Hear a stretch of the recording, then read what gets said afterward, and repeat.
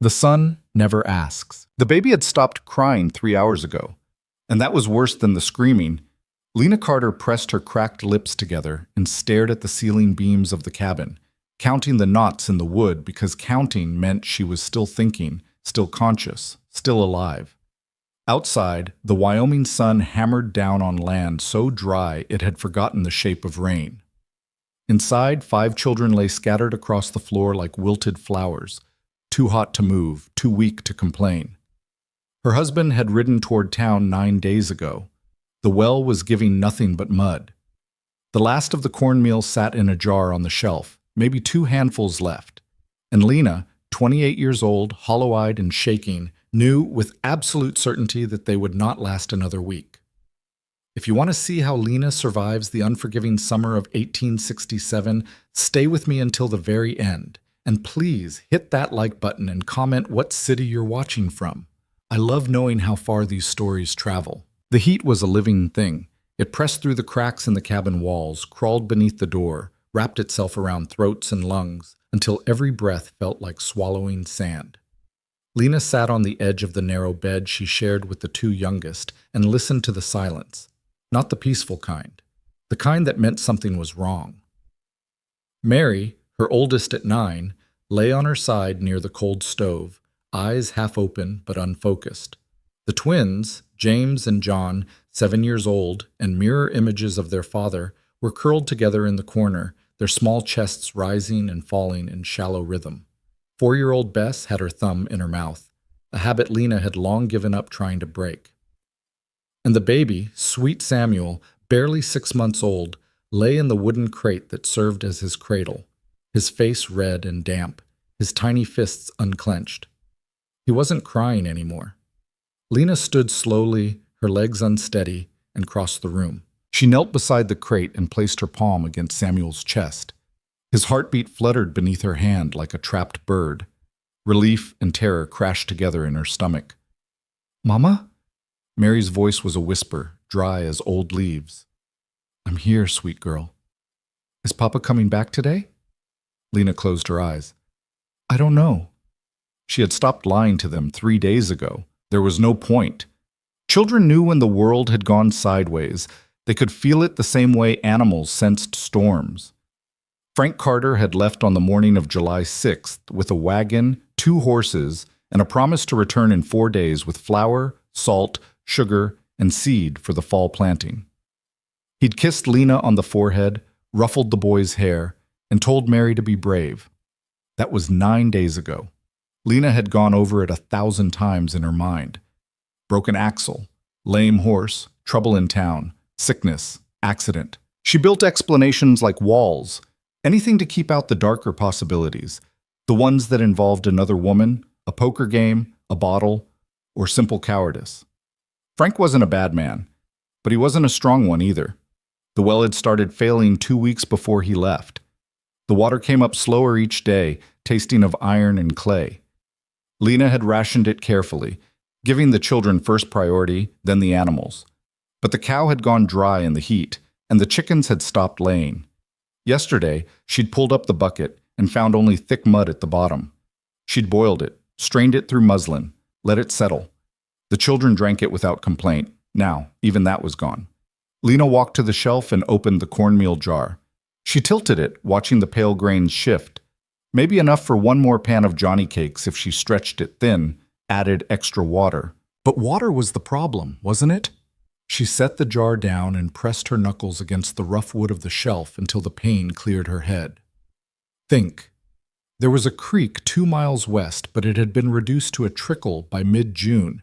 She could take the children, try to reach it on foot, but the sun would kill them before they made it halfway. The nearest neighbor was the Parson family, 5 miles south. But Lena had no horse, no wagon, and no way to carry Samuel and Bess that far. She was trapped. The cabin sat on a quarter section of land Frank had claimed 3 years ago, high plains country, where the wind never stopped and the sky went on forever. Beautiful in spring, brutal in summer, deadly if you weren't prepared. And they were not prepared. Lena had grown up in Ohio, the daughter of a schoolteacher. She'd learned to read Latin, play the piano, and embroider pillowcases. She had not learned how to survive a drought with 5 children and a missing husband. But she was learning now. She crossed to the window and looked out at the shimmering landscape. The land rolled away in endless waves of brown grass, broken only by distant hills that looked like bones rising from the earth. No trees, no shade, no movement except the heat rippling above the ground like water. And then, something. Lena squinted, leaning closer to the glass. A shape, dark and small, moving along the trail that passed a quarter-mile from the cabin. A rider. Her heart kicked hard against her ribs. She grabbed the rifle from above the door, unloaded because Frank had taken all the ammunition, and stepped outside. The heat hit her like a fist. She raised one hand to shield her eyes and watched the rider approach. He was alone, broad-shouldered, sitting easy in the saddle despite the heat. He wore a dark hat pulled low, a dusty coat, and boots that had seen 1,000 miles. A bedroll and saddlebags hung from his horse, a sturdy bay gelding that looked better fed than most. The man slowed as he neared the cabin, his gaze sweeping over the structure, the empty corral, the overturned bucket by the well. Then his eyes found Lena. He reined in 20 feet away and touched the brim of his hat. "Ma'am." His voice was low, rough-edged, but not unkind. Lena tightened her grip on the rifle, even though they both knew it was useless. "You're on private land." "I know it." He shifted in the saddle and she saw the way his eyes moved, taking in her hollow cheeks, her cracked lips, the way she swayed slightly on her feet. "Saw your place from the trail. Thought it looked quiet." "We're fine." "Are you?" The question was simple, honest, and it cracked something open inside her. Lena's throat closed. She tried to speak, but nothing came out. She just stood there, gripping the rifle, her vision blurring at the edges. The man dismounted slowly, keeping his hands visible. He was tall, lean in the way of men who worked hard and ate little. His face was weathered, lined around the eyes, shadowed with stubble. Somewhere between 30 and 40, though the sun made it hard to tell. "Name's Thomas Hale," he said quietly. "I'm not here to cause trouble." "Then keep riding." "I will." He nodded toward the well. "But I've got water, and I'd be obliged if you'd let me share it before I go." Lena stared at him. Water. The word rang in her head like a bell. Thomas didn't wait for permission. He walked to his horse, untied a canteen from the saddle, and held it out to her. She didn't move. "Ma'am," he said gently, "I can see you need it." Pride was a luxury she couldn't afford. Lena set the rifle against the cabin wall and took the canteen. It was heavy, sloshing with liquid. She unscrewed the cap with shaking hands and drank. Cool, clean, sweet. She gasped, lowered the canteen, then drank again. It took everything in her not to drain it dry. "Your children inside?" Thomas asked. Lena wiped her mouth and nodded. "They need water too." "I know that." "Then let me help." She wanted to refuse, wanted to send him away, keep her dignity, handle this alone the way she'd handled everything else since Frank left. But Samuel's face rose in her mind, red and damp and too still, and the refusal died in her throat. "All right," she whispered. Thomas retrieved 2 more canteens from his saddle and followed her inside. The cabin was small, dim, stifling. Thomas paused in the doorway, letting his eyes adjust. Then he saw the children. Mary sat up slowly, her gaze wary. The twins didn't move. Bess stared at the stranger with wide, sunken eyes. Thomas crouched beside the crate where Samuel lay and looked at Lena. "May I?" She nodded. He dipped his fingers in the canteen and let a few drops fall onto the baby's lips. Samuel stirred, his mouth opening instinctively. Thomas gave him more, slowly, patiently, until the baby began to suck at his wet fingertips. Lena's knees buckled. She sat down hard on the floor and covered her face with both hands. Thomas didn't speak. He just kept working, giving Samuel water, then moving to Bess, then the twins, then Mary. He spoke to them in a low, steady voice, told them to drink slowly, not too much at once. Mary took the canteen with trembling hands and obeyed. When all the children had drunk their fill, Thomas stood and looked at Lena. "When did you eat last?" "Yesterday, I think." He went back outside. Lena heard him rummaging through his saddlebags. He returned with a cloth bundle and set it on the table. Jerky, hardtack, dried apples, and a small sack of cornmeal. It's not much, he said, but it'll keep you going. Lena stared at the food, then at him. Why are you doing this? Thomas hesitated. Because it's the right thing to do. You don't know us. No, ma'am, I don't. Then why? He met her eyes. Because I've been where you are, and somebody helped me once when they didn't have to. Lena looked away. Tears burned behind her eyes, but she refused to let them fall. I can't pay you. I'm not asking you to. My husband isn't here, Thomas said quietly. But you are. And those children are. And that's what matters right now. The simplicity of it broke her. Lena pressed her hands over her face and wept, hard, shaking sobs that came from someplace deep and raw. She wept for the fear, the exhaustion, the shame of being so helpless. She wept for Frank, wherever he was. She wept for her children, who deserved better than this. Thomas stood silent, giving her space. When the storm finally passed, Lena wiped her face on her sleeve and looked up at him. Thank you, she said hoarsely. He nodded. You're welcome. Will you stay for supper? Thomas glanced at the children, then back at her. If you'll have me. I will. Hot. They ate simply. Jerky softened in boiled water. Hardtack crumbled into a kind of mush. Dried apples passed around like treasure. The children revived as they ate, color returning to their faces, voices rising above whispers. Mary asked Thomas where he was from. Montana Territory, he said. Up near the Bitterroot. What brings you to Wyoming? Work. I've been following the railroad crews, doing carpentry and such. Are you married? Bess asked suddenly. Bess! Lena's face flushed. That's not polite. Thomas smiled faintly. It's all right. No, little miss, I'm not married. Why not? Never found the right woman, I suppose. Mama's married, Bess announced. But Papa's gone. The cabin went quiet. Thomas looked at Lena. She met his gaze and saw no judgment there, only understanding. He went to town for supplies, she said quietly. 9 days ago. Thomas nodded slowly. Town's a fair distance from here. 4 days' ride, maybe 5 if the roads are bad. Could be he ran into trouble. Could be? Thomas didn't press. He just finished his meal and helped Mary clear the table. Then he stepped outside to tend his horse. Lena followed him. The sun was setting now, painting the sky in shades of orange and purple. The air had cooled slightly, though the ground still radiated heat like a stove. You don't have to stay, she said. Thomas glanced at her. You asking me to leave? No, I just... She struggled for words. I don't want you to feel obligated. I don't. He loosened the saddle on his horse and set it on the ground. But I'm not riding out tonight, not with you and those children in the state you're in. We'll be fine. Maybe. But I'll sleep easier knowing you've got water and food. Lena watched him work. Efficient, unhurried, careful. Where will you sleep? Bedroll under the stars won't be the first time. There's room in the cabin. He paused. Wouldn't be proper. But proper went out the window when my husband left me alone with 5 children and a dying well. Thomas looked at her for a long moment. Then he nodded. All right, I'll sleep by the door. Keep watch.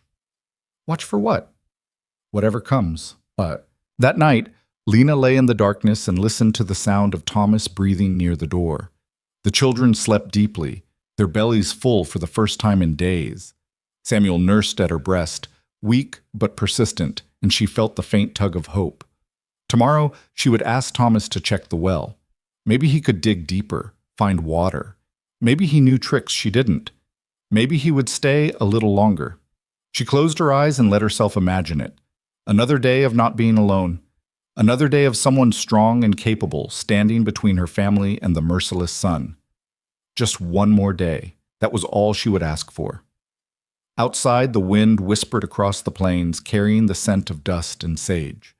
The stars burned cold and bright above the cabin.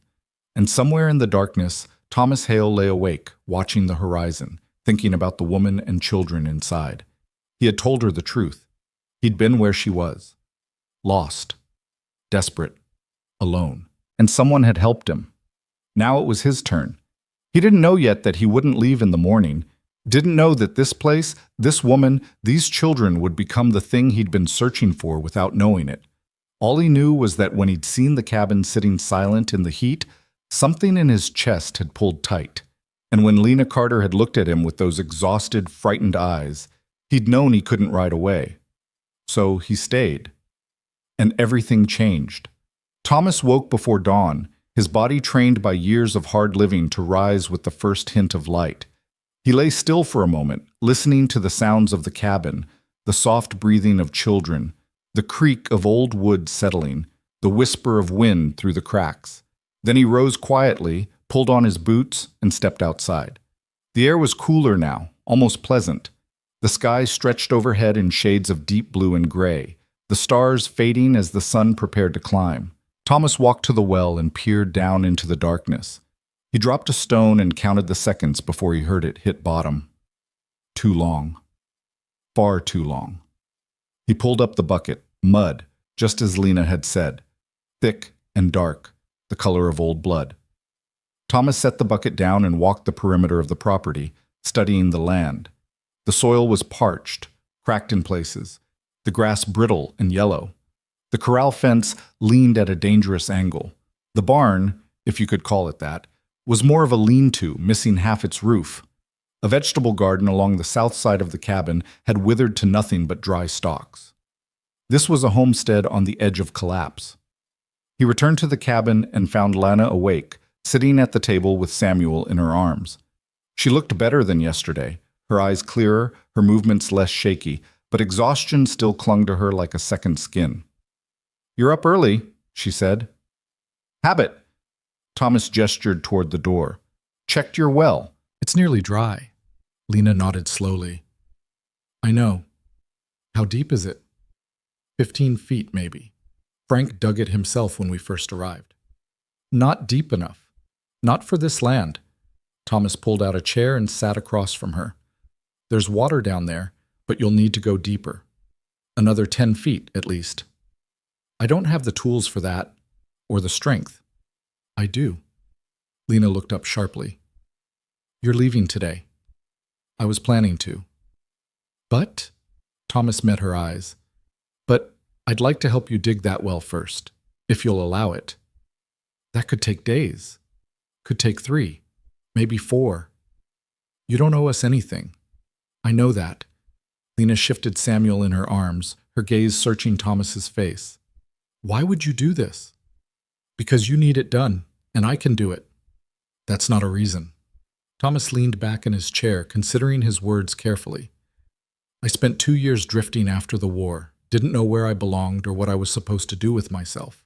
Ended up in a mining camp in Nevada, half-starved and sick. A man named Jacob Brenner took me in, gave me work, fed me, asked nothing in return. When I tried to pay him back, he said, "You don't owe me. You owe the next person who needs help." Thomas paused. "I figure this is me paying that debt." Lena's throat tightened. She looked down at Samuel, then back at Thomas. "I don't know what to say." "Say yes." She hesitated, pride and desperation warring inside her. Then she nodded. "Yes. Thank you." "Good."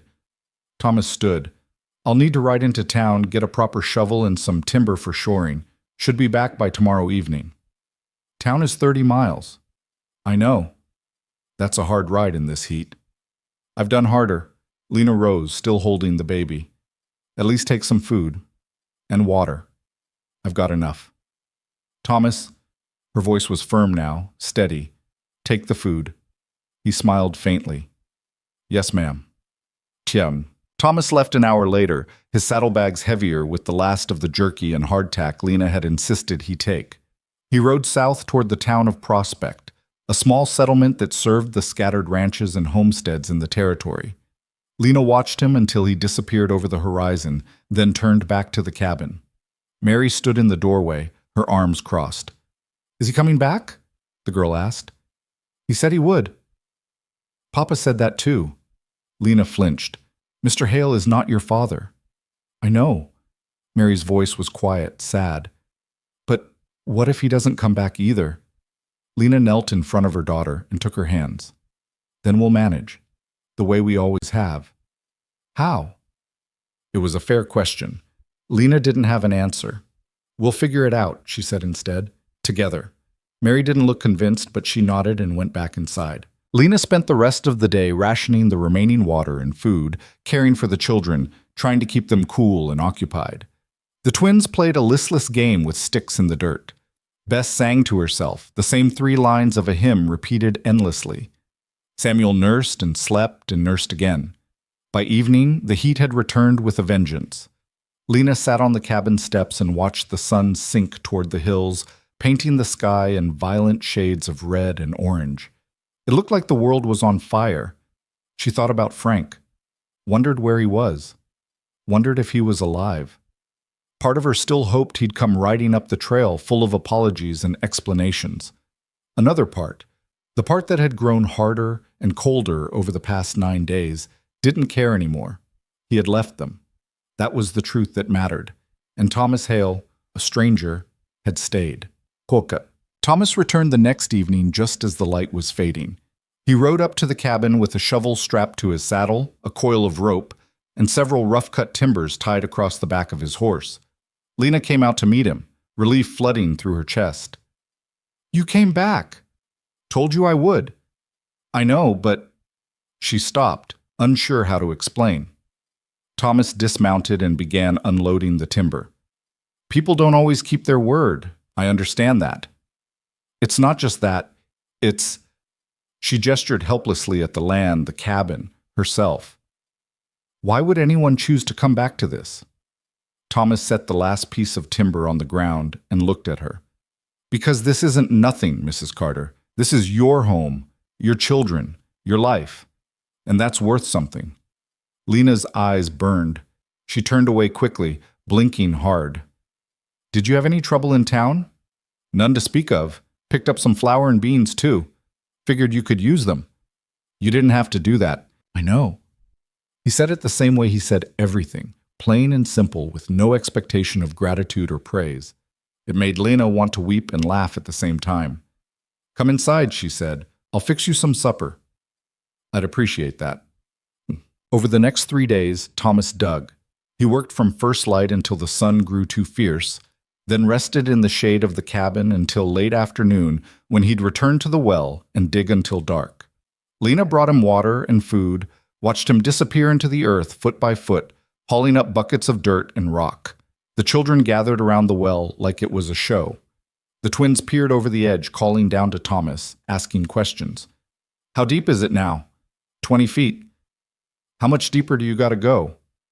"Another 5 at least." "What if you don't find water?" "Then I'll keep digging." Mary helped Lena with the younger ones, keeping them out of the way, fetching tools when Thomas needed them. She was a serious child, old beyond her years, and she watched Thomas with a mixture of curiosity and caution. On the second day, she asked Lena, "Is Mr. Hale going to stay with us?" "Just until the well is finished. And then? Then he'll move on. He has his own life to live." "Do you want him to stay?" Lena paused, a bucket of water in her hands. "It doesn't matter what I want." "That's not an answer, Mama." "It's the only one I have." Mary studied her mother's face, then nodded slowly and walked away. That night, after the children were asleep, Lena sat outside with Thomas. The stars were thick overhead, the Milky Way a river of light across the black sky. Crickets sang in the grass, the only sound for miles. "You ever think about settling down?" Lena asked quietly. Thomas was silent for a moment. "I used to, before the war." "What changed?" "I did." He leaned back against the cabin wall. "Came home and found everything different. My folks had died while I was gone. The farm was sold. The girl I'd planned to marry had moved east with another man. I didn't belong anywhere anymore. So you just kept moving. Seemed easier than trying to build something new." Lena pulled her shawl tighter around her shoulders. "Is it? Easier, I mean." "No," Thomas admitted. "But it's what I know how to do." "You know how to dig wells, too." He smiled in the darkness. "I suppose I do." They sat in comfortable silence for a while. Then Lena said, Frank wasn't a bad husband. Not at first. Thomas didn't respond, just listened. He was charming, full of big ideas. He talked about this land like it was paradise, like we'd build an empire out here. I believed him. She laughed bitterly. I was 19 and stupid. You weren't stupid. You were hopeful. There's a difference. Is there? Lena shook her head. He tried. I'll give him that. But Frank wasn't built for this kind of life. He needed easy success, quick wins. And homesteading is just, it's grinding every single day. The land takes and takes and gives back so slowly, you start to wonder if it'll ever give anything at all. Some men can handle that. Some can't. And you? Lena looked at him. What kind of man are you? Thomas met her gaze. The kind who finishes what he starts. Something shifted in the air between them. A recognition. A possibility. Lena felt it settle in her chest like a warm coal. I should get some sleep, she said, rising. Mrs. Carter? She turned back. You're stronger than you think, Thomas said quietly. Most people would have given up by now. But you haven't. That means something. Lena didn't trust herself to speak. She just nodded and went inside, her heart beating hard against her ribs. On the fourth day, Thomas hit water. It came up dark at first, muddy and thick, but as he pumped and pumped, it cleared, cool and clean, tasting of stone and earth. Lena cried when she saw it. She couldn't help herself. The children danced and whooped, splashing their hands in the bucket, laughing for the first time in weeks. Thomas climbed out of the well, covered in dirt and sweat, and Lena threw her arms around him without thinking. He stiffened in surprise, then slowly, carefully, put his arms around her. Thank you, she whispered against his chest. Thank you. You're welcome. She pulled back, suddenly embarrassed. I'm sorry, I didn't mean to. It's all right. Thomas smiled, a real smile that reached his eyes. I'm glad I could help. That night they celebrated with a proper meal, beans and cornbread, the first hot food the children had eaten in days. Mary said grace, her voice clear and strong, and when she finished, Bess added, And thank you for Mr. Hale. Thomas ducked his head, clearly uncomfortable with the attention. Just doing what needed doing. You did more than that, Lena said quietly. After supper, Thomas went outside to wash up at the well. Lena followed him, carrying a clean towel. I don't know how to repay you, she said. You don't need to. Thomas, I mean it. He dried his face and hands. Seeing those children healthy again, seeing you breathe easier, that's payment enough. Lena looked at him in the fading light, this man who had appeared out of nowhere and saved them without asking for anything in return. When will you leave? Thought I'd head out tomorrow morning. Her stomach dropped. Oh, Thomas caught the tone in her voice. Unless you need me to stay longer, I could shore up that fence, fix the barn roof. Would you? The words came out too fast, too eager. Lena felt her face flush. I mean, if you have the time, I don't want to keep you from... I've got time, Thomas said gently. And I'd be happy to help. Relief washed through her. Thank you. You keep saying that. Because I keep meaning it. They stood there in the twilight, the air cooling around them, the sound of the children's laughter drifting from the cabin. Something unspoken hung between them, fragile and new. Then Bess called from the doorway. Mama, Samuel's crying. The moment broke. Lena turned toward the cabin, then glanced back at Thomas. Good night. Good night, Mrs. Carter. She wanted to tell him to call her Lena, but that felt like crossing a line she wasn't ready to cross yet. So she just smiled and went inside. What? Thomas stayed. He spent the next week working on the homestead, mending the corral fence, patching the barn roof, reinforcing the cabin walls. He worked with the steady efficiency of a man who knew his trade, and the children followed him everywhere, asking questions, handing him tools, watching his every move. The twins were fascinated by his carpentry work. James wanted to know how to measure angles. John wanted to learn how to drive nails without bending them. Like this, Thomas said, demonstrating with slow, precise movements. Let the weight of the hammer do the work. Don't force it. John tried and missed, hitting his thumb. He yelped and shook his hand. Thomas knelt beside him. Let me see. It's fine. Let me see anyway. Reluctantly, John held out his hand. His thumb was red but not bleeding. Thomas examined it carefully, then nodded. You'll live. But next time, keep your eye on the nail, not the hammer. Yes, sir. Thomas ruffled the boy's hair. You'll get it. Just takes practice. Mary watched these interactions with growing trust. On the 5th day, she approached Thomas while he was working on the barn. Mr. Hale? Yes, miss? Can I ask you something? Of course. Mary hesitated. Are you going to marry my mother? Thomas nearly dropped his hammer. What? Bess thinks you are. She says you look at Mama the way Papa used to before he stopped being happy. Thomas set down his tools and faced the girl. Mary, He struggled for the right words. Your mother and I barely know each other. But you like her. I respect her very much. That's not what I asked. Thomas sighed. You're a sharp one, aren't you? Mama says I get it from my grandmother. I'm sure you do. Thomas rubbed the back of his neck. Mary, your mother is a fine woman, strong, brave, good with her children. Any man would be lucky to know her, but she's married, and I'm just someone passing through. But what if you weren't passing through, I mean?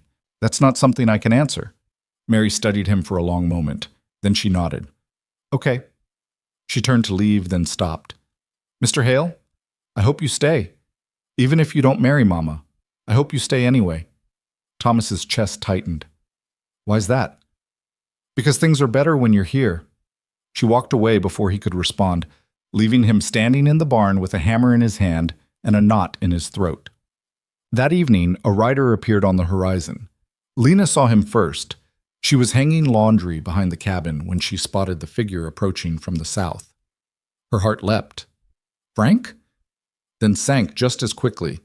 The man was too small, his horse too fine. This wasn't her husband. Thomas came around the side of the cabin, wiping his hands on a rag. Expecting company? No. They watched the rider approach together. As he drew closer, Lena recognized him. Cyrus Webb, a clerk from the bank in Prospect, a thin, nervous man who always smelled of ink and stale tobacco. Webb reined in near the cabin and tipped his hat. Mrs. Carter. Mr. Webb? His eyes flicked to Thomas, then back to Lena. I need to speak with you, privately. Anything you need to say, you can say in front of Mr. Hale. Webb shifted uncomfortably in his saddle. It's a matter of business, ma'am. Bank business. Lena's stomach turned to ice. What kind of business? Webb dismounted and pulled a folded paper from his coat pocket. I'm here on behalf of Mr. Granger at the First Territorial Bank. You're 3 months behind on your loan payments, Mrs. Carter. Mr. Granger has been patient, but he can't wait any longer. I told him we'd pay when the harvest came in. That's 4 months away. Mr. Granger needs payment now. I don't have it. Webb looked genuinely pained. Then I'm afraid I have to inform you that the bank is prepared to foreclose on this property if payment isn't made within 30 days. The word hit Lena like a physical blow. Foreclose. She'd heard it whispered in town, seen families lose everything to the banks, but she'd never imagined it would happen to her. 30 days, she repeated numbly. I'm sorry, Mrs. Carter, truly. Webb handed her the paper. This is the official notice. If you can make payment before the deadline, the foreclosure will be stopped. How much do we owe? $240. Lena nearly laughed. $240. It might as well have been $2,000. Thomas stepped forward. Is there any way to extend the deadline? Webb looked at him with obvious disdain. And who might you be? A friend of Mrs. Carter's. Well, friend, this is none of your concern. I'm making it my concern. Webb's face hardened. The bank's decision is final. 30 days, Mrs. Carter. I suggest you start making arrangements. He mounted his horse and rode away without another word. Lena stood frozen, the notice trembling in her hands. Thomas gently took it from her and read it through. $240, he said quietly. That's a lot of money. It's impossible. Nothing's impossible. Lena laughed bitterly. What do you suggest, Thomas? Should I sell the furniture, the chickens? Maybe I could hire myself out as a washerwoman, earn enough in 30 days to save the land my husband abandoned me on? Lena, don't. She held up a hand. Please, just don't. She walked away from him, toward the well, and stood there staring down into the water he'd worked so hard to find. Everything they'd survived, the heat, the thirst, the fear, it had all been for nothing. They were going to lose it anyway. Thomas came up beside her. There might be a way. There's no way. Listen to me. He waited until she looked at him. There's an old silver claim about 10 miles north of here, up in the hills, abandoned 5-6 years ago. Story is the vein played out, but I've always wondered if the miners just didn't dig deep enough. Silver? Maybe, maybe not, but it's worth looking. Lena shook her head. That's a fantasy. So is finding water at 25 feet, but we did it. Thomas, even if there is silver up there, we don't have time to mine it, sell it, and pay the bank. Not in 30 days. We won't know unless we try. She wanted to believe him. God, she wanted to. But hope felt dangerous now, like something that would cut her if she held it too tight. What if you're wrong? She whispered. Then we'll figure something else out. We? Thomas met her eyes. I'm not leaving, Lena. Not now. Her breath caught. Why? Because I finish what I start, he said, and because those children deserve a home, and because you... He stopped, seeming to search for words. Because you deserve better than this. Lena's vision blurred. She looked away, blinking hard. When would you go? Tomorrow morning. I'll take enough supplies for 3 days.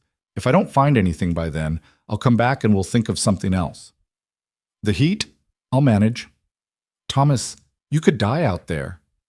I could die crossing the street in town. Life's a risk, Lena. Might as well take it for something that matters. She looked at him.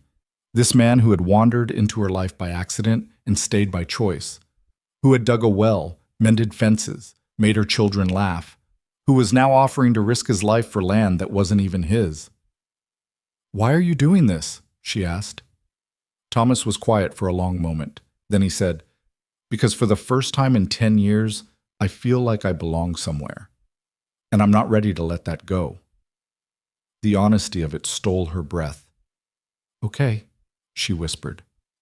Okay, but promise me you'll come back. I promise. Thomas, I mean it. Promise me. He reached out and took her hand, rough, calloused, warm. I promise, Lena. I'll come back. She held on to his hand like it was the only solid thing in a world that had gone liquid and strange. And for just a moment, standing by the well under the vast Wyoming sky, she let herself believe that maybe, just maybe, they would find a way through this. Together. Thomas left before sunrise, when the air still held the memory of night's coolness. Lena stood in the cabin doorway, watching him load his saddlebags with hardtack, jerky, 3 canteens of water, a pickaxe, and a small shovel. His movements were deliberate, methodical, the actions of a man who had done this kind of thing before. Mary appeared beside Lena, her bare feet silent on the wooden floor. Is he really going to find silver? I don't know, sweetheart. What if he doesn't come back? Lena pulled her daughter close. He will? How do you know? Because he promised. Because he looked me in the eye and gave me his word. Because I have to believe in something or I'll break into pieces right here. I just do, Lena said. Thomas swung up into the saddle and rode over to the cabin. In the pale pre-dawn light, his face looked carved from stone, all sharp angles and shadows, but his eyes were soft when they met Lena's. 3 days, he said. 3 days. Keep that rifle close, even if it's not loaded. Looks real enough from a distance. I will. And if anyone from the bank comes back, I'll handle it. Thomas nodded. He looked like he wanted to say something else, but Mary was watching and the twins had tumbled out of the cabin, rubbing sleep from their eyes. Bye, Mr. Hale, John called. Don't get eaten by bears, James added. Thomas smiled. I'll do my best. He touched the brim of his hat toward Lena, then turned his horse north and rode away. Lena watched until he was just a dark speck against the hills, then disappeared entirely. The sun broke over the horizon, spilling gold across the land, and the heat began its daily assault. She turned back to the cabin and found all 4 older children staring at her. Mama?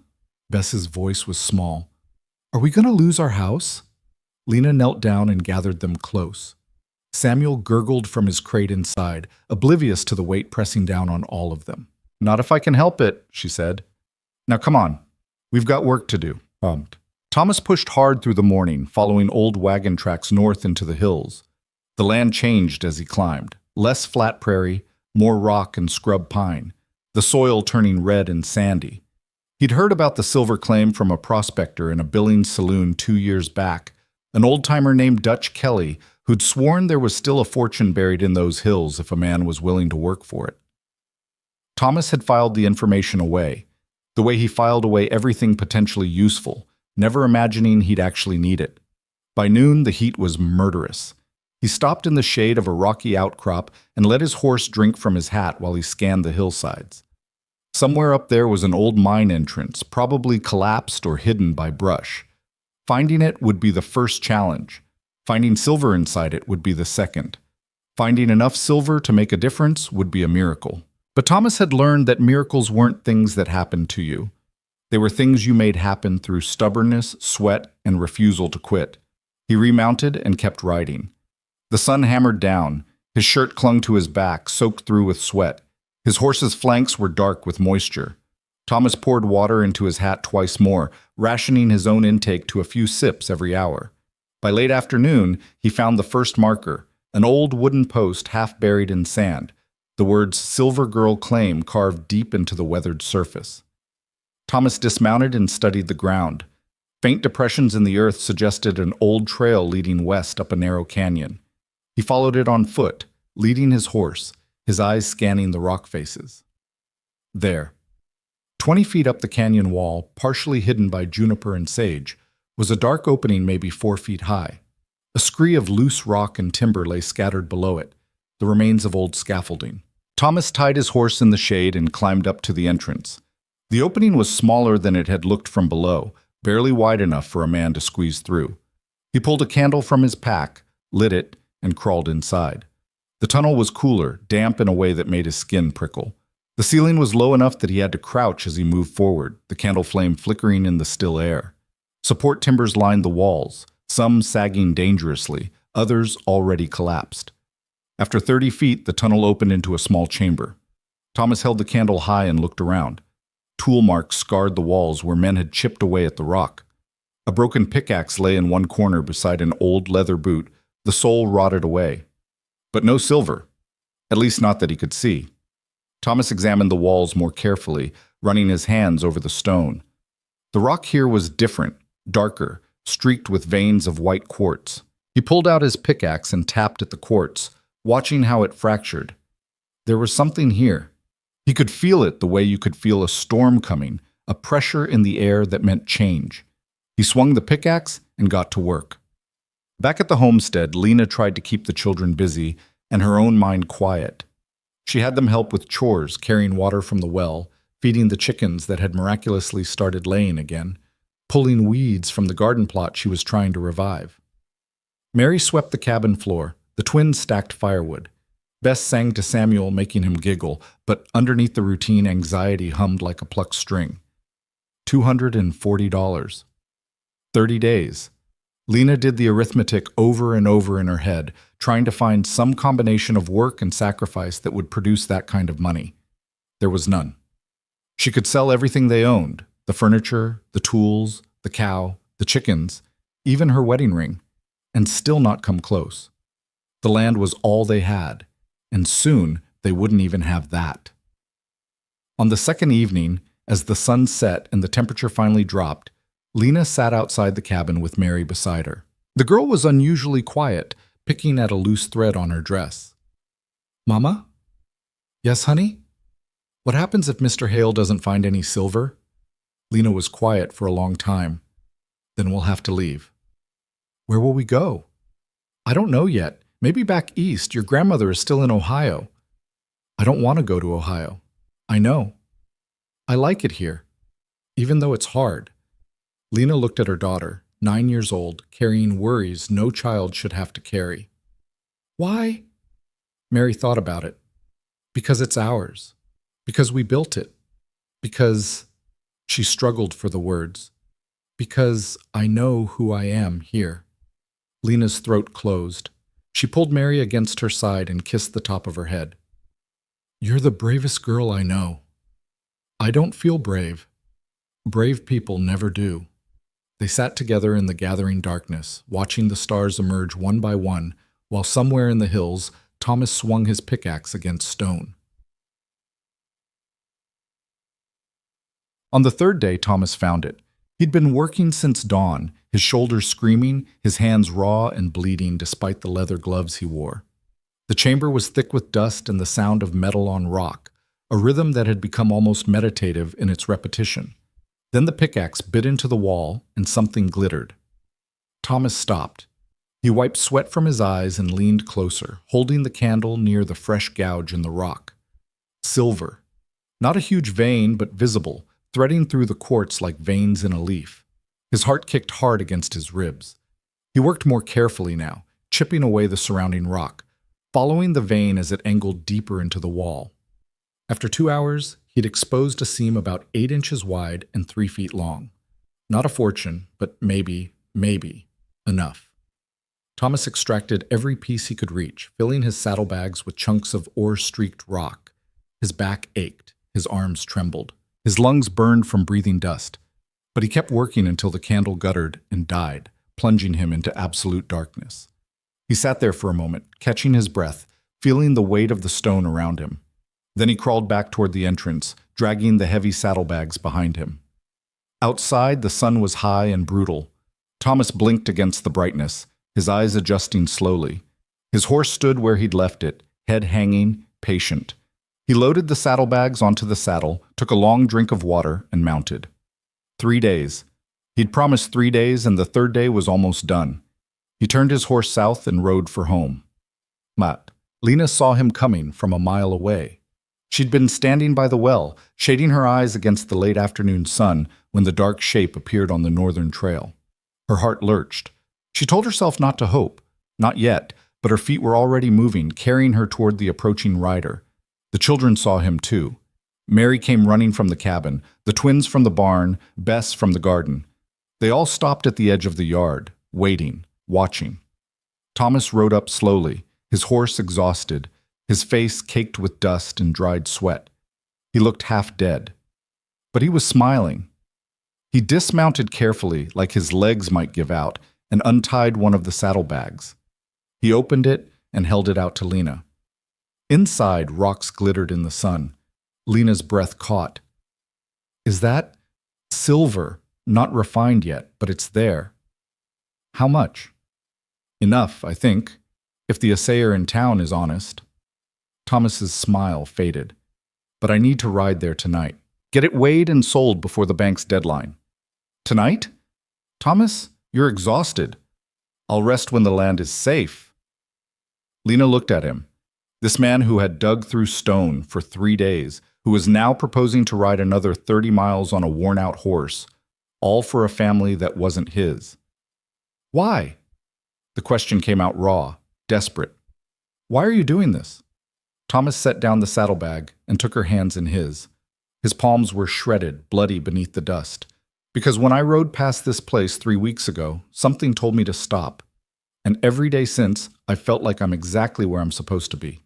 He paused. With you. With these children. Here. Lena's eyes filled. Thomas, I know you're married.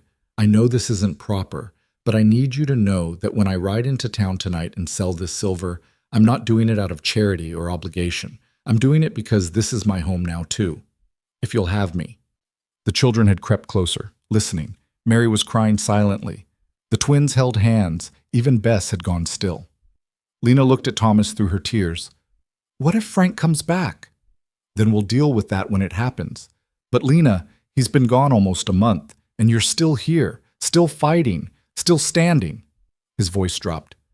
I think maybe it's time to stop waiting for a man who left and start building a life with one who stayed.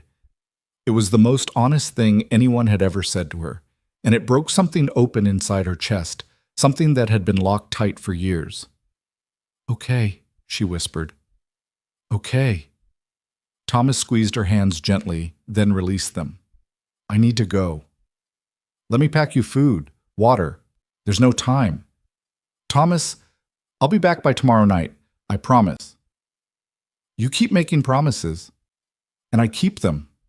He did. That was the terrifying, wonderful truth of it. He did. Lena helped him transfer the silver ore to fresh saddlebags and filled every canteen they had. Mary brought him bread and dried apples. The twins checked his saddle straps. Bess handed him a small, folded piece of paper. What's this? Thomas asked.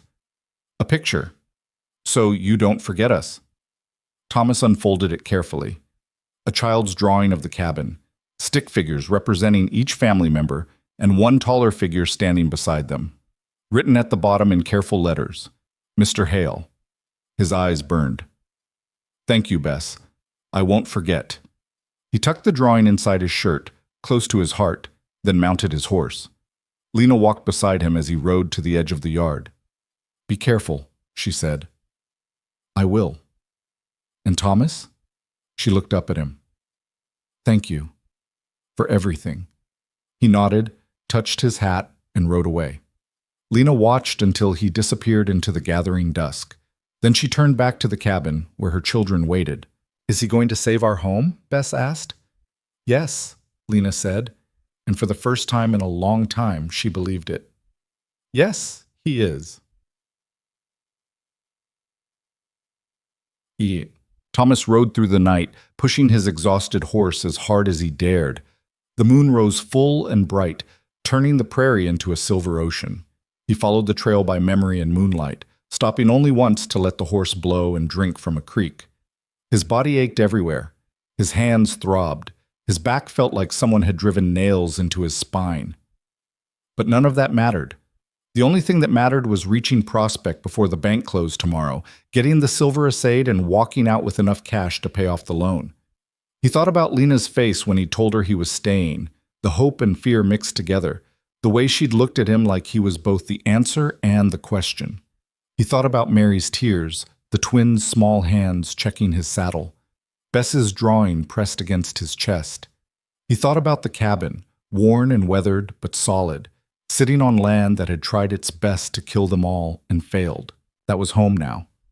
Maybe it always had been, even before he'd known it existed. Dawn broke as he reached the outskirts of Prospect. The town was just waking up, smoke rising from chimneys, a few early risers moving along the boardwalks. Thomas rode straight to the assayer's office and tied his horse outside. The assayer, a bent old man named Coleman, was just unlocking his door. He looked at Thomas with raised eyebrows. You look like hell, son.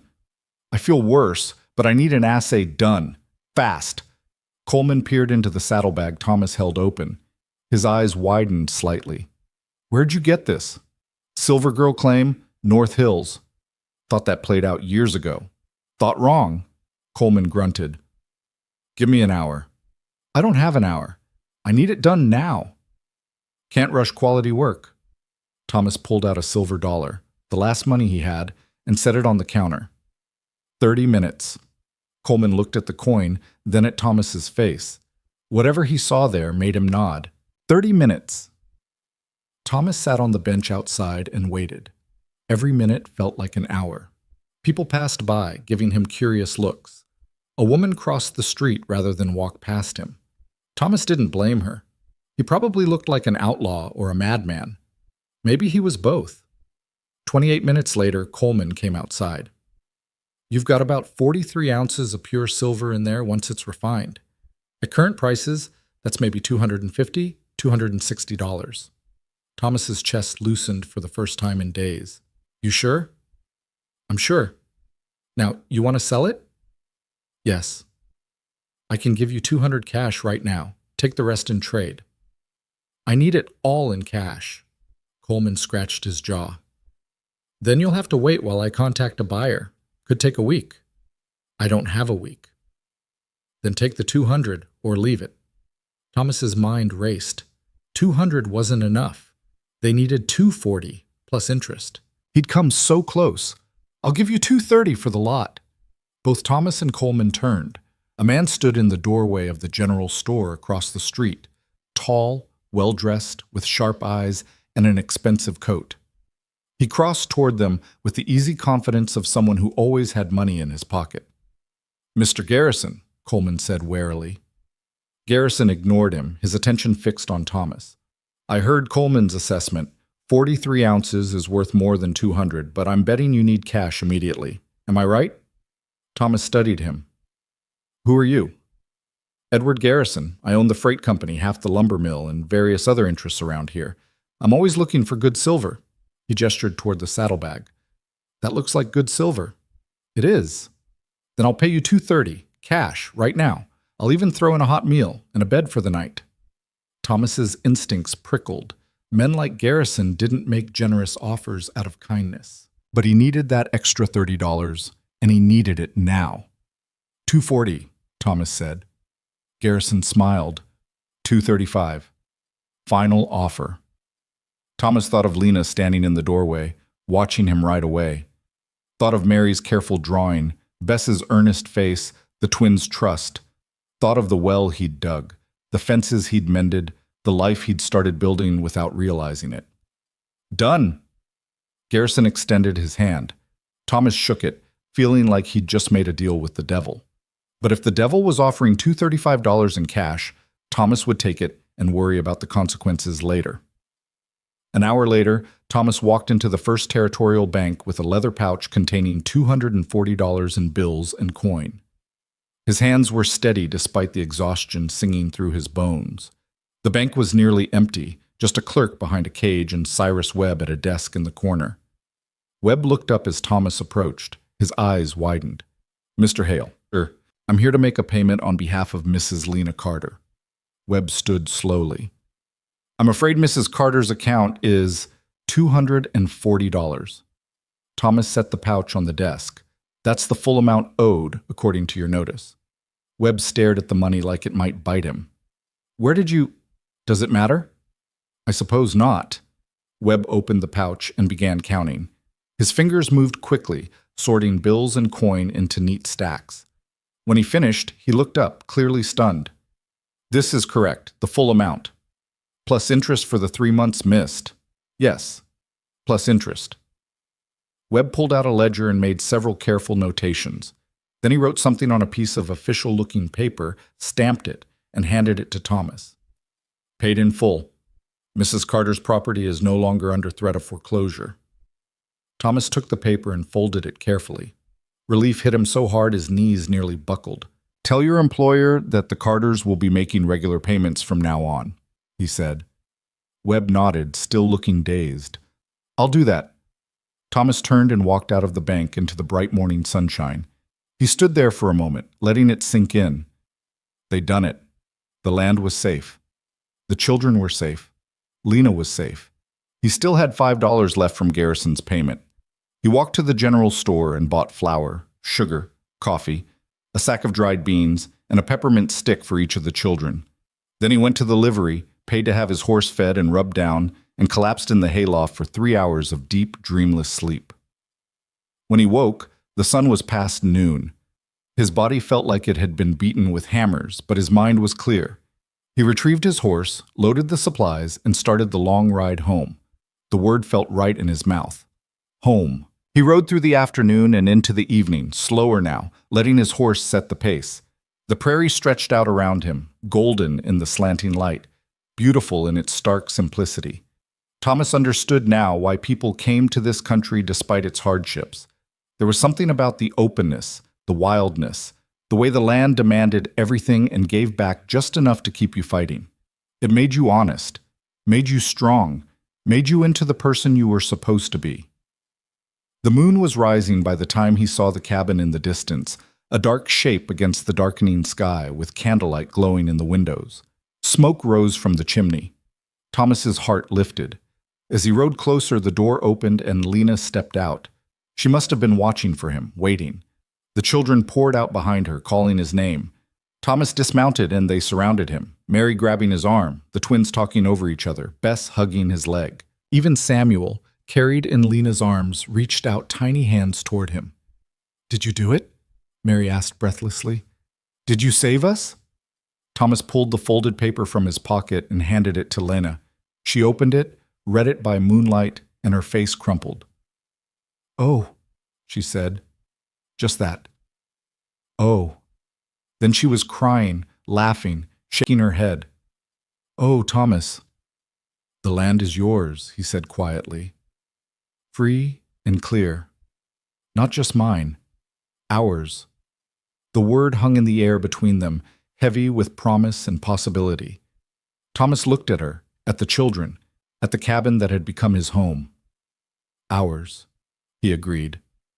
And in that moment, standing in the Wyoming night with the stars blazing overhead and a family he'd found by accident wrapped around him, Thomas Hale understood what he'd been searching for all these years.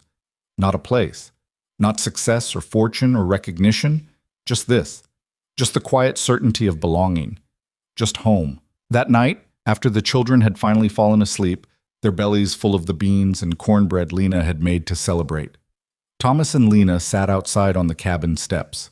The air was cool for the first time in weeks, carrying the scent of sage and distant rain. Neither of them spoke for a long time, content to simply exist in the quiet. Finally, Lena said, "I keep expecting to wake up and find this was all a dream." "It's not a dream." "I know, but it feels like one." She turned to look at him. "A month ago, I was watching my children waste away, wondering how many more days we had. And now," her voice caught, "now we have water, food, a future, because of you." Thomas shifted uncomfortably. "I just did what needed doing." "No, you did more than that." Lena's voice was firm now. "You gave us hope when we had none. You worked yourself half to death for people you barely knew. You risked your life in that mine." She paused. "Why, Thomas? And don't tell me it's because someone helped you once. There's more to it than that."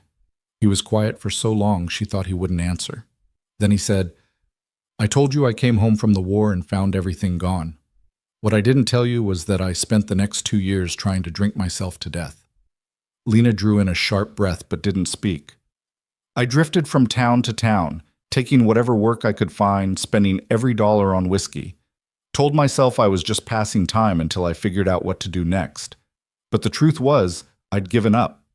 Figured if everything I cared about could disappear in 4 years, what was the point of caring about anything ever again?" "What changed?" "Jacob Brenner, the man who took me in when I was sick." Thomas rubbed his jaw. "He was a widower, no children, running a small mining operation by himself. He gave me work, fed me, put up with my anger and my drinking. And one night, after I'd been there about 6 months, I asked him why. Why bother with me when I was clearly worthless?" "What did he say?" "He said, 'Because you're not worthless. You're just lost. And every man deserves a chance to find his way home.'" Thomas's voice roughened. "He died 3 months later. Heart gave out while he was working. I found him in the mine shaft, pickaxe still in his hand." "Oh, Thomas." "I stayed and worked his claim for another year, sent the profits to his sister back in Pennsylvania like he'd asked me to do in his will. And when I finally left, I promised myself that if I ever saw someone as lost as I'd been, I'd do for them what Jacob did for me." He looked at Lena. "Then I rode past your cabin and saw it sitting there in the heat, too quiet, too still. And I knew." Lena's eyes were wet. "Knew what?" "That this was my chance to keep that promise. Maybe my only chance." He paused. "I thought I'd dig your well, fix a few things, and move on. But then I met you. Met your children, saw the way you kept fighting, even when you had every reason to quit, and I realized I didn't want to move on anymore." "Thomas, I know you're married, Lena. I know this is complicated, but I need you to understand that when I look at you, I don't see a woman who needs saving. I see someone strong enough to survive things that would have broken most people. I see someone worth standing beside." His voice dropped. "And I see home." Lena's breath hitched. She reached out and took his hand, lacing her fingers through his. "Frank left on July 6th. It's August 10th now, more than a month." She stared at their joined hands. "Part of me keeps thinking he'll come back. Show up with some story about being sick, or injured, or delayed. And part of me—" She stopped. "Part of you hopes he doesn't," Thomas said quietly. "Is that terrible?" No, it's honest. Lena was silent for a moment. Then she said, "When Frank and I got married, I thought I knew what love was supposed to look like. Grand gestures, pretty words, promises of adventure and prosperity. He gave me all of that. But when things got hard, when the land turned cruel and the work never stopped, all those pretty words dried up and blew away like dust. He wasn't built for this kind of life." "No, but you are." She turned to face him fully. "You didn't make me any promises when you showed up, Thomas. You just stayed. You worked. You cared for my children like they were your own. You dug that well. You went into that mine. You saved us." Her voice shook. "That's what love looks like, not words, actions." Thomas's chest tightened. "Lena, I'm still married, I know that. And until we know for certain what happened to Frank, we can't, she struggled for words. "But I need you to know that if I were free, if things were different—" "I know," Thomas said softly. "I know." They sat there into the moonlight, hands clasped, the weight of everything unspoken hanging between them. Then Lena leaned her head on his shoulder, and Thomas wrapped his arm around her, and they stayed that way until the stars began to fade and dawn crept over the horizon. The next weeks fell into a rhythm. Thomas worked the land with the focus of a man who'd finally found purpose. He finished repairing the barn, reinforced the corral, and started building a chicken coop that wouldn't collapse in the first strong wind. He showed the twins how to mend fence posts, taught Mary the basics of carpentry, and let Bess follow him around asking endless questions about everything. Lena watched him with the children and felt something shift inside her, like a door she'd thought sealed forever was opening just a crack. He was patient with them in a way Frank had never been, taking time to explain things, to listen, to actually see them as people rather than obligations. One afternoon, she found Thomas and James in the barn. James was holding a hammer, his face scrunched in concentration as he tried to drive a nail straight. "Like this?" the boy asked. "Almost. Here." Thomas adjusted James's grip. "Hold it loose in your fingers, not tight in your fist. Let the hammer's weight do the work." James tried again. The nail went in clean and true. His face lit up. "I did it!" "You sure did. Can I do another?" "Many as you want." Lena stood in the doorway watching them, her throat tight. This was what her children had needed all along. Not a father who saw them as burdens or proof of his failures, but someone who saw them as worth the time and effort it took to teach them. That evening, after supper, Mary approached Thomas with a book in her hands. "Mr. Hale, Mama taught me to read, but some of these words are too hard. Will you help me?" Thomas looked surprised. "Your Mama's a better reader than I am."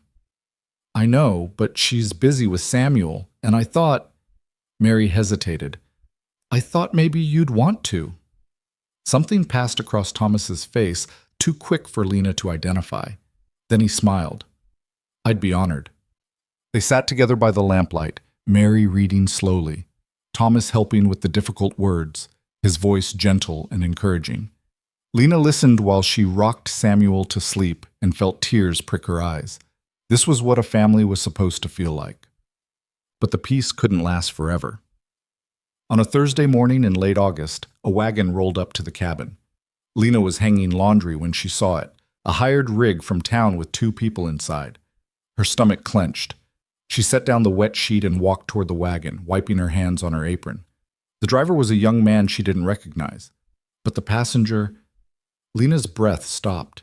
Frank Carter climbed down from the wagon, moving stiffly, his left arm in a sling. He looked thinner than she remembered, his face haggard, his clothes dirty, but it was unmistakably him. "Lena," he said. She couldn't speak, couldn't move. 4 weeks of wondering, worrying, grieving, and rebuilding, and now here he stood like a ghost made flesh. Thomas appeared from the barn, a hammer in his hand. He took in the scene instantly, the wagon, Frank, Lena's frozen expression. He walked over slowly and stood beside her, not touching her, but close enough that she could feel his presence like an anchor. Frank's eyes moved from Lena to Thomas, then back. "I can explain." "You've been gone 5 weeks, Lena said. Her voice sounded strange to her own ears, flat and distant. "I know, Frank winced. "Can we talk inside?" No. The word came out harder than she'd intended. Whatever you have to say, you can say it here. Frank glanced at Thomas again, clearly uncomfortable. Who's this? Thomas Hale. He's been helping us. Helping how? Keeping us alive, Lena said bluntly. Digging a new well when ours went dry, finding food when we had none, paying off the bank when they came to foreclose. Frank's face went pale. The bank? They were going to foreclose? You would know that if you'd been here. Lena, I couldn't. Frank's voice cracked. I got hurt. Bad. First day in town, I was helping load a freight wagon, and the whole thing collapsed. Crushed my arm, broke 3 ribs. I've been laid up at the docks this whole time. Lena stared at him. 5 weeks? I couldn't ride, could barely walk. The doc said if I'd tried to come home before the ribs healed, I might have punctured a lung. You could have sent word. I did. I gave money to a man heading north, told him to come here and tell you what happened. No one came. Frank's shoulders sagged. Then he took the money and ran. I'm sorry, Lena. I'm so sorry. Lena felt something crack inside her chest. She wanted to believe him, wanted it to be true, wanted to feel relief that he'd had a reason, that he hadn't just abandoned them. But underneath the story was a harder truth. Even if everything he said was accurate, he'd still left them vulnerable. He'd still taken all their resources and left her alone with 5 children and a dying well. And he'd never come back to check on them once he could ride. When did you recover enough to travel? She asked quietly. Frank shifted his weight. About a week ago. A week? I had to make sure I was strong enough. A week, Frank. You were well enough to travel a week ago, and you're only just now coming home? I had to work off the doctor's bill. I had no money, Lena. Everything I'd taken to town got stolen after the accident. I had to do odd jobs just to pay for my care. While your children were starving. I didn't know they were starving. I thought... He stopped, his face flushing. I thought you'd manage. You always do. Lena laughed, a harsh sound with no humor in it. I almost didn't, Frank. Samuel stopped crying because he was too weak. Mary was giving her food to the little ones. We were 3 days from dying when Thomas found us. Frank looked at Thomas for the first time with something other than suspicion. Then I owe you my thanks. You don't owe me anything, Thomas said evenly. I didn't do it for you. The words hung in the air like a challenge. Frank's jaw tightened. Maybe not. But this is still my land. My family. Is it?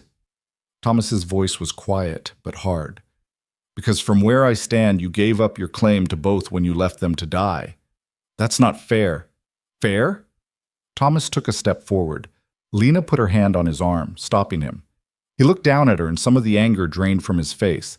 But when he spoke again, his voice was steel. You want to talk about fair, Carter? Your wife nearly worked herself to death trying to hold this place together. Your children went hungry. The bank almost took everything, and you were in town, well enough to work, but not well enough to come home and check on them? I explained. You explained why you couldn't come back at first. You haven't explained why you waited a week once you could ride. Thomas's eyes were cold. So here's what I think. I think you were scared. I think you knew you'd failed them, and you didn't want to face it. So you told yourself they'd be fine, because facing the truth was too hard. Frank's face went red. You don't know anything about me. I know you're standing here now only because someone else kept your family alive. Thomas, Lena's voice was soft but firm. That's enough. Thomas looked at her, then nodded. I'll be in the barn. He walked away, his spine rigid. Lena turned back to Frank. The silence stretched between them, full of years and disappointments and words that could never be unsaid. What happens now? Frank asked quietly. I don't know. Lena, I don't know, Frank. She wrapped her arms around herself. A month ago, I would have been so relieved to see you. I would have forgiven everything, just grateful you were alive. But now you've got him. This isn't about Thomas, isn't it? Lena met his eyes. No. It's about you and me. About the fact that when things got hard, you left. And when they got harder, you stayed away. I had reasons. I know. And maybe they're even good reasons. But Frank, intentions don't matter when your children are crying from hunger. Actions matter. Being here matters, and you weren't. Frank was quiet for a long moment. Then he said, "So what do you want me to do?"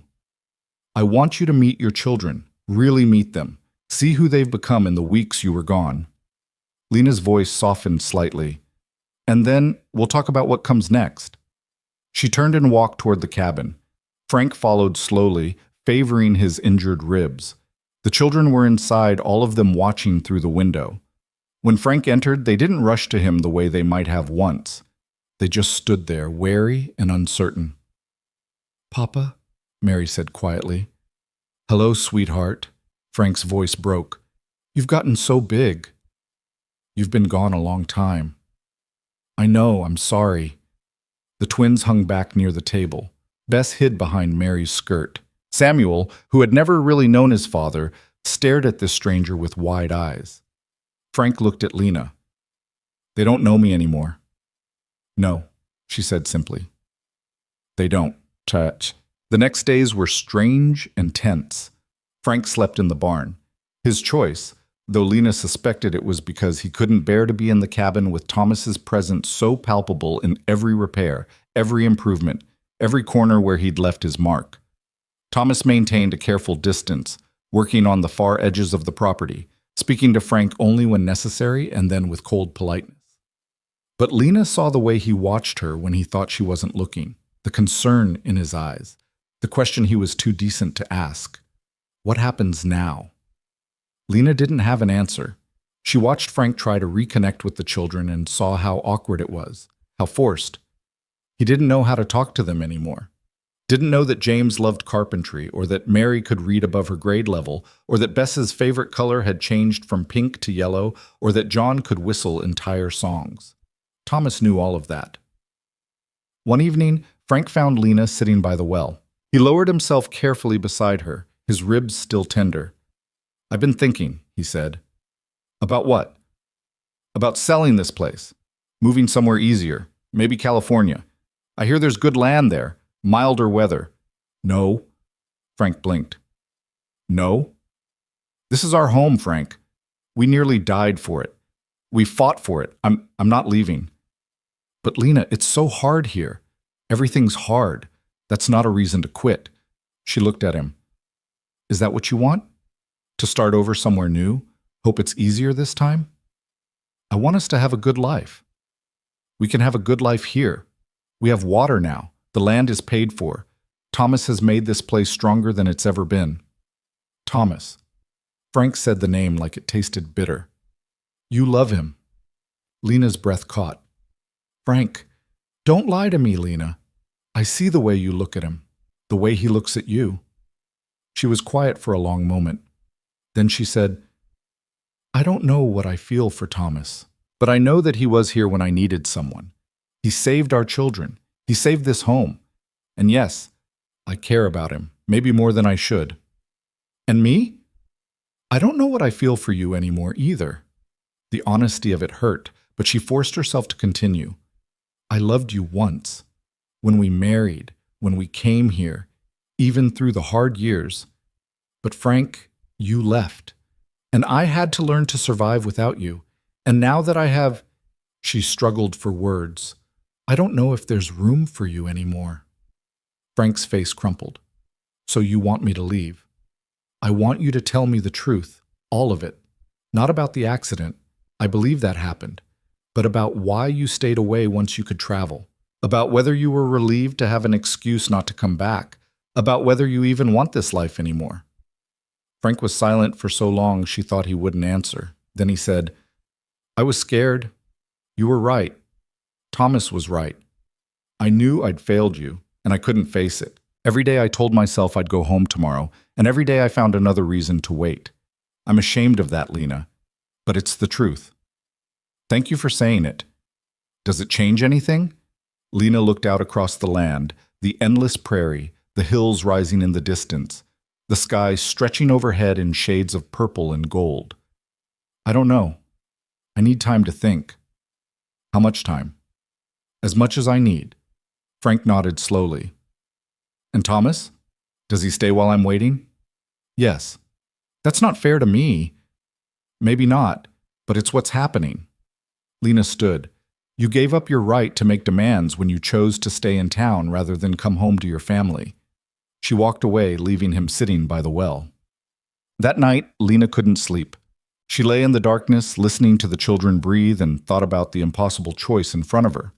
Frank was her husband, the father of her children. She'd made vows to him before witnesses, but Thomas had kept her alive, had cared for her children, had become something she hadn't even known she needed. How was she supposed to choose between duty and desire, between the life she'd promised and the life she wanted? She rose quietly and went outside. Thomas was sitting on the cabin steps, keeping watch as he'd done so many nights before. He looked up as she approached. "Can't sleep?" he asked. "No." "Me neither." Lena sat beside him. For a while, neither spoke. Then she said, "He wants to sell the land, move to California." Thomas's jaw tightened. "What do you want?" "To stay. This is our home." "Then stay." "It's not that simple." "Why not?" "Because he's my husband, Thomas. Because I made promises." "He broke them first." "I know, but—" Lena rubbed her face tiredly. "What kind of person would I be if I just abandoned my marriage because something better came along?" "Something better?" Thomas's voice was rough. "Lena, I'm not better. I'm just different, and I'm here." "I know that. But Frank is here too now, and he's sorry, and he wants to try again." "Do you want him to?" Lena was quiet for a long moment.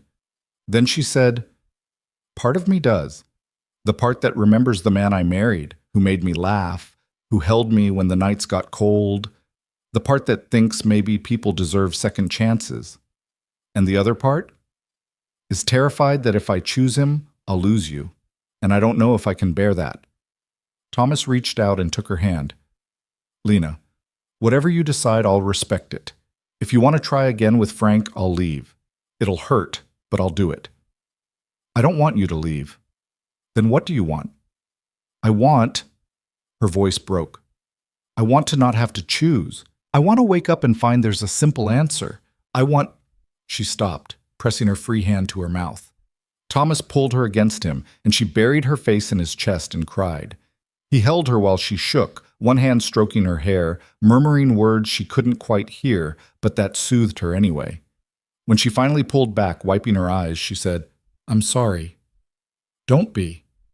I'm a mess. You're human." Thomas brushed a tear from her cheek with his thumb.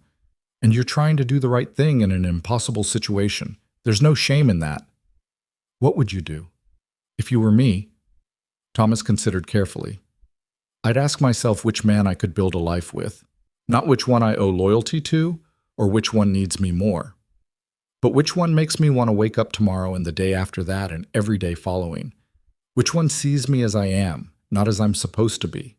Which one I choose not because I have to, but because I want to." Lena looked at him, at his honest eyes and scarred hands and steady presence. "That's you. You know that's you. Then you have your answer." "But Frank will survive. He survived the war. He survived the accident. He'll survive this too." Thomas's voice gentled. "I know you feel guilty, Lena, but staying with someone out of guilt isn't love, it's just slow suicide." The truth of it hit her like cold water. She thought about the years before Frank left, the slow erosion of joy, the weight of disappointment, the loneliness of lying next to someone who had stopped seeing her. And then she thought about the past weeks with Thomas, the ease, the partnership, the way he looked at her like she mattered. "I'm still married," she whispered. "I know. So we can't—" "I know that too. But I want—" "Lena." Thomas cupped her face in his hands. "I'll wait, as long as it takes, whether that's weeks or months or years. I'll wait. That's not fair to you. Maybe not, but it's what I'm choosing." He leaned his forehead against hers. "You're worth waiting for."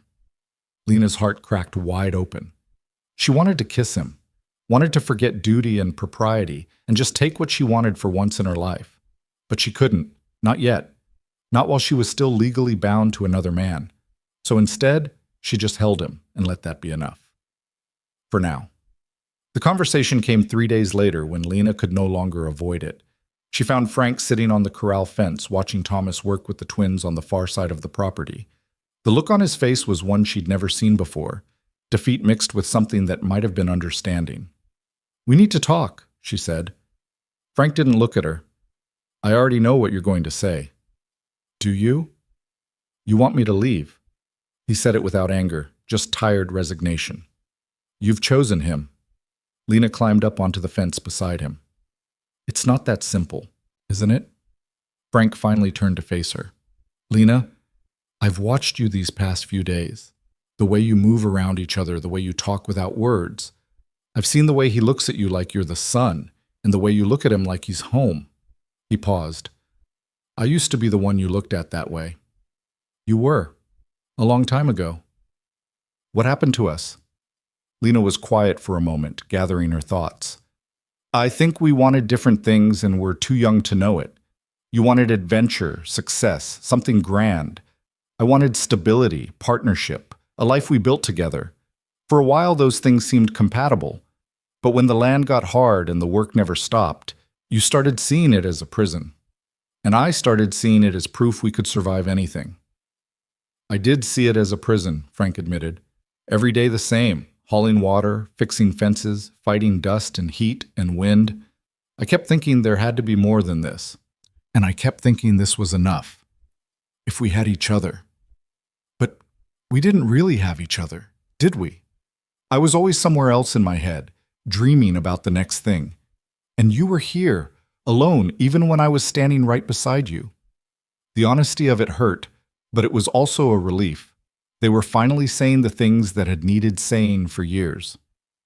"When you left for town," Lena said carefully, "part of me wondered if you'd come back at all. Even before the accident, even when I thought you'd just been delayed. There was this voice in my head saying, maybe he's gone for good. Maybe he finally found an excuse to leave." Frank flinched. "I thought about it. When I was laid up at the docks, when the pain was bad, and I had nothing to do but think, I thought about just disappearing, starting over somewhere new where nobody knew me as the man who failed at homesteading."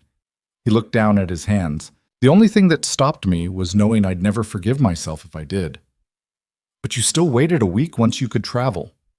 "I did, and I've got no good excuse for that except cowardice." Frank's voice was rough. "I was ashamed, Lena. Ashamed I'd left you vulnerable. Ashamed I'd failed to provide. Ashamed I'd let another man step into my place and do it better than I ever did." "Thomas didn't step into your place. He made his own." "I know. That's what makes it worse." Frank slid down from the fence. "I've been thinking about what you said, about telling you the truth. So here it is. I don't want this life anymore. I haven't wanted it for years. I stayed because I thought it was my duty, because I thought I was supposed to want it.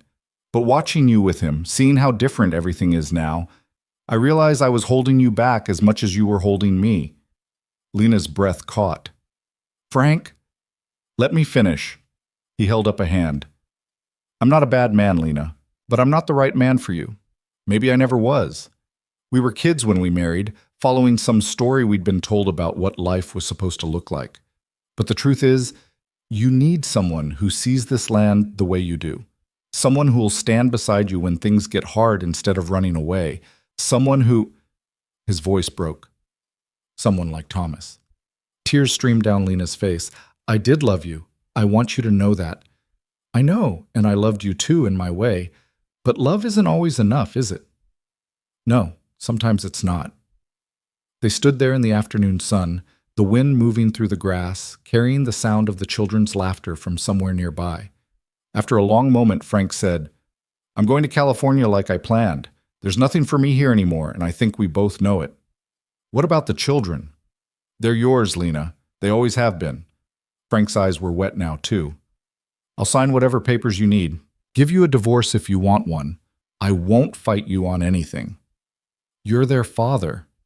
"In name, maybe, but Thomas—" He gestured toward where Thomas was teaching the twins to measure fence posts.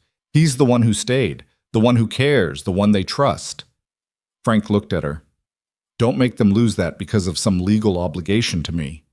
Lena wiped her eyes. "Are you sure this is what you want?" "It's what needs to happen, for all of us." Frank managed a small smile. Besides, I hear California's got milder weather. Maybe I'll actually succeed at farming out there. Maybe you will. And maybe you'll finally have the life you deserve. They stood together in silence, mourning what they'd been and accepting what they'd become. Then Frank said, "I'll leave tomorrow. Is that too soon?" "No, I think it's time." "Will you tell the children, or should I?" "We'll tell them together." That evening, they gathered the children and explained as best they could. Mary understood immediately, her sharp eyes moving between her parents' faces and reading the truth there. The twins were confused but seemed to sense this was somehow right. Bess cried and clung to Lena, though Lena suspected it was more from the change than from losing Frank specifically. "Will we ever see you again?" Mary asked her father. "Maybe someday, when you're older." Frank knelt in front of her. "But Mary, I need you to understand. This isn't because of you. Any of you. You're wonderful children, and I'm proud of every one of you." "Then why are you leaving?" "Because your mother and I want different things, and the kindest thing I can do is let her have the life she wants." "With Mr. Hale?" Frank glanced at Lena, then back at his daughter. "Maybe, if that's what she chooses." Mary nodded slowly. "I think it is." "Then I'm glad." And the surprising thing was, he seemed to mean it. Later that night, after the children were asleep, Frank approached Thomas. The two men stood facing each other in the moonlight, the air thick with everything unspoken between them. "Take care of them," Frank said. Thomas nodded. "I will." "And Lena?" Frank's voice roughened. "She deserves better than I gave her, better than half a man who was always somewhere else. Can you give her that?" "I'll spend every day of my life trying." Frank extended his hand. Thomas looked at it for a long moment, then shook it. "I don't like you," Frank said, "but I respect what you did. You saved them when I couldn't. That matters. You could have fought for them, could have made this ugly. What would be the point? I'd lose anyway, and they'd all suffer for it." Frank released Thomas's hand. "Sometimes the only way to love someone is to let them go." Thomas didn't respond, just nodded. Frank turned and walked back to the barn, leaving Thomas standing alone under the stars. Frank left at dawn, his few possessions tied to the saddle of a horse he'd bought with the last of his money. The children came out to say goodbye. Mary solemn, the twins subdued, Bess hiding her face in her mother's skirt. Samuel, too young to understand, gurgled happily in Lena's arms. Frank hugged each child, his movements awkward but genuine. When he reached Lena, he paused. "I'm sorry," he said quietly, "for all of it. I know, I'm sorry too." "Don't be. You've got nothing to be sorry for."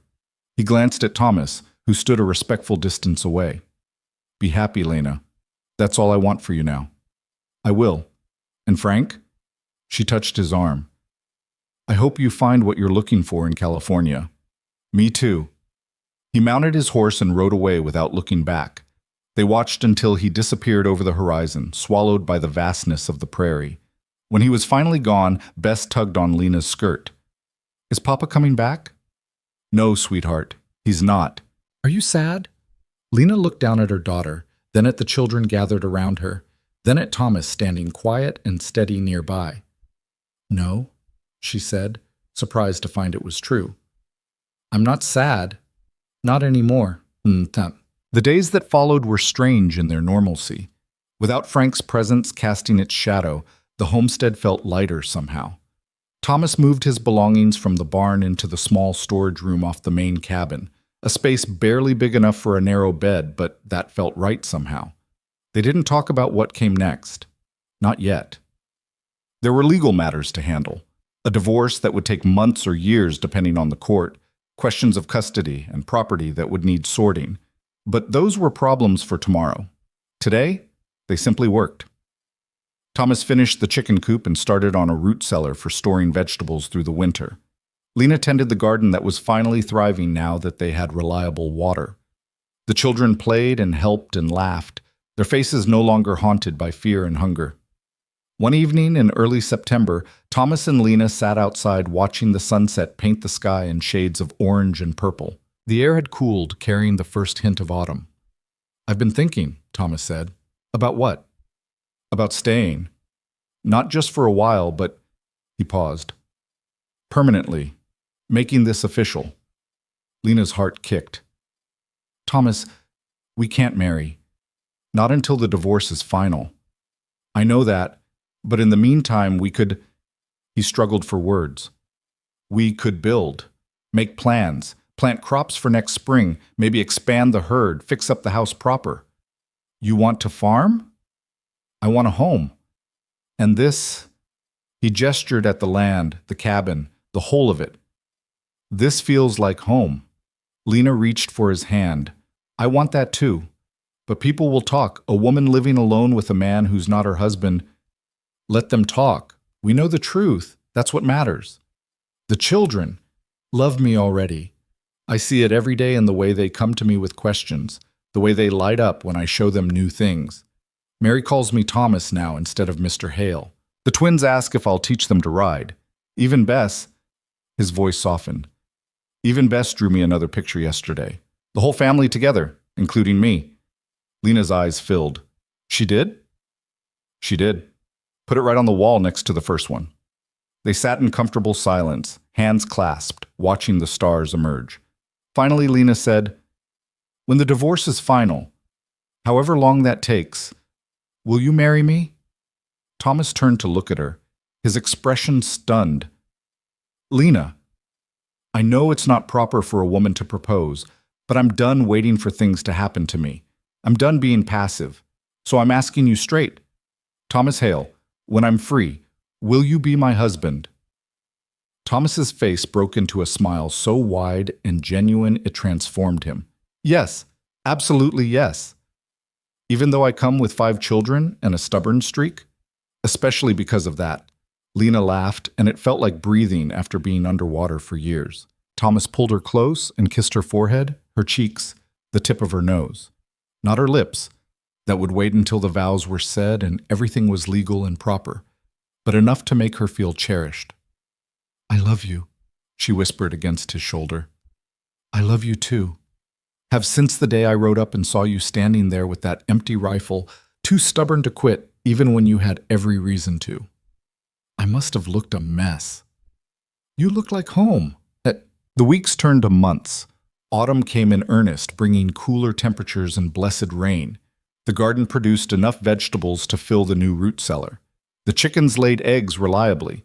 Thomas bought 3 cows at a good price from a rancher heading back east, and suddenly they had milk and butter and cream. The children thrived. Mary's reading improved to the point where she was helping teach the twins their letters. James discovered a talent for woodworking, spending hours in the barn with Thomas making small projects. John showed interest in animals, taking responsibility for feeding the chickens and cows each morning. Bess sang constantly, her clear voice carrying across the property. And Samuel grew fat and happy, learning to sit up, then crawl, then pull himself standing on furniture. In October, a traveling preacher came through. He listened to Lena's story without judgment and agreed to help her file the necessary paperwork for divorce. It would take time, courts were slow, and Frank's signature would need to be obtained from California, but it was started. That was something.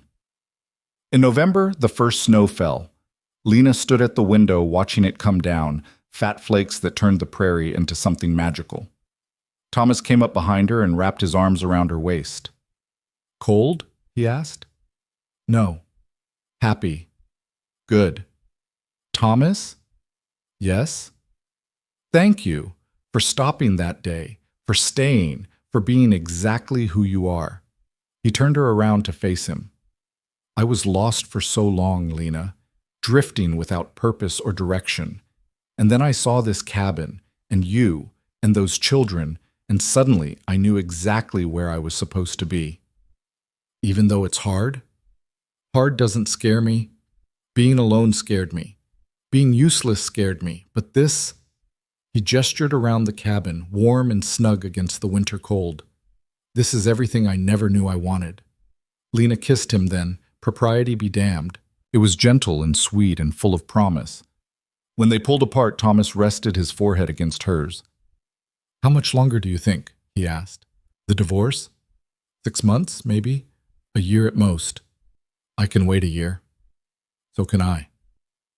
Spring came slowly, creeping across the prairie in shades of green and gold.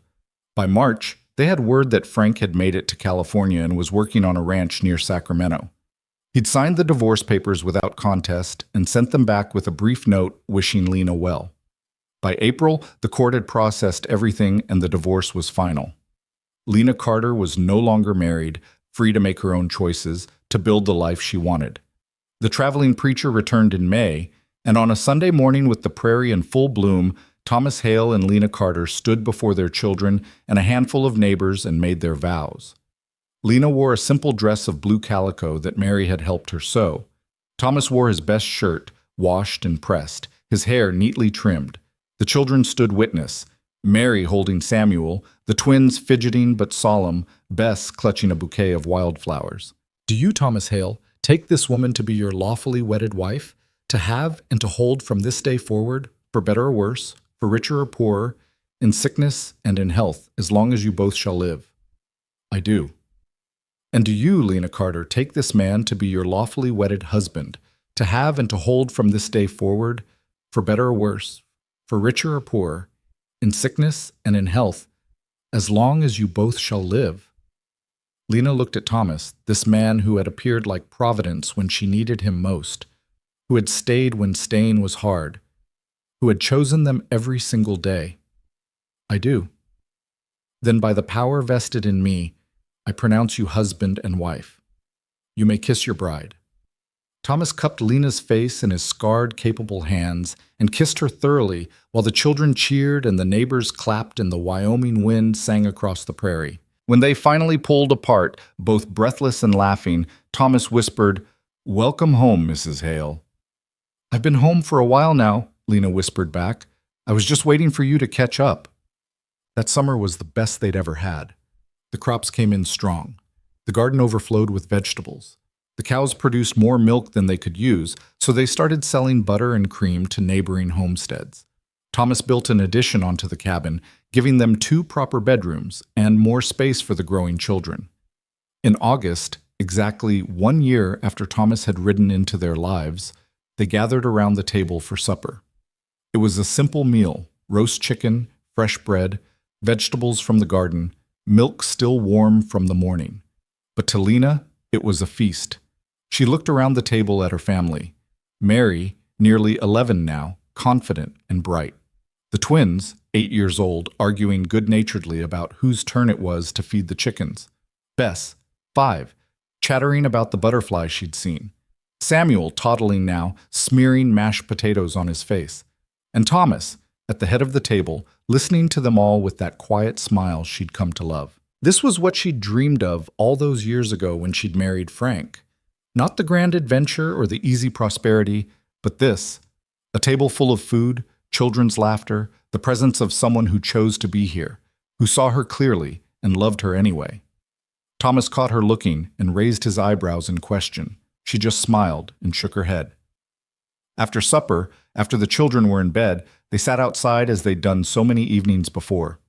The stars were thick overhead, the Milky Way a river of light. Somewhere in the distance, a coyote called. The wind carried the scent of sage and dry grass. "Do you ever regret it?" Lena asked. "Stopping that day? Staying?" Thomas was quiet for a moment, considering. "Not once. Not even on the hardest days." He squeezed her hand. "You know what Jacob told me before he died? He said, 'Life's not about the big moments, Thomas. It's about the 1,000 small choices you make every day. Choose kindness. Choose presence. Choose love.'" I didn't understand what he meant at the time, but I do now. "What do you mean?" "I mean, I could have ridden past your cabin that day. Could have told myself it wasn't my problem. Could have kept drifting from town to town, never putting down roots. But I chose to stop, and then I chose to stay, and then I chose to love you and these children. And every single one of those choices led me here." He turned to face her. "And here is exactly where I want to be." Lena leaned against him, feeling the solid warmth of him, the steady beat of his heart. "I used to think love was supposed to be dramatic, sweeping gestures and grand declarations. But it's not, is it? No. It's showing up every day. It's digging wells and mending fences and teaching children to read. It's choosing each other over and over again, especially when it's hard. It's you, Lena said softly. That's what love is. It's you. Thomas kissed the top of her head. They sat there in the darkness, listening to the wind, feeling the weight and wonder of everything they'd survived and everything they'd built. The summer that had tried to kill them had become the season that changed everything. The land that had tested them beyond endurance had become home. The stranger who had appeared when hope was gone had become family. And Lena, who had been so lost and alone, had found exactly what she'd been searching for all along. Not rescue, but partnership. Not someone to save her, but someone to stand beside her. Not grand romance, but quiet, enduring love built on shared work and chosen commitment. As the stars wheeled overhead and the prairie stretched out around them in all directions, Lena thought about the journey that had brought them here. The heat and thirst, the fear and desperation. The moment Thomas had ridden into view and everything had shifted. She'd asked him once why he'd stopped, why he'd stayed. Now she understood. He'd stopped because some part of him recognized home when he saw it, even if he didn't know it yet. And he'd stayed because love, real love, wasn't about obligation or duty or even passion. It was about choice. Every single day, he'd chosen them, chosen her, chosen this life. And she had chosen him back. That was the miracle. Not the water they'd found or the silver he'd mined or even the homestead they'd saved. The miracle was that two lost people had found each other in the vastness of the Wyoming prairie and built something lasting from nothing but stubbornness, hope, and the willingness to stay. The sun never asked the earth for permission to rise. It just did, day after day, reliable and constant. And that was what Thomas had become, her sunrise, the thing she could count on, no matter how dark the night had been. Lena smiled and closed her eyes, feeling the wind on her face and Thomas's arm around her shoulders and the solid weight of home beneath her feet. This was enough. More than enough. This was everything.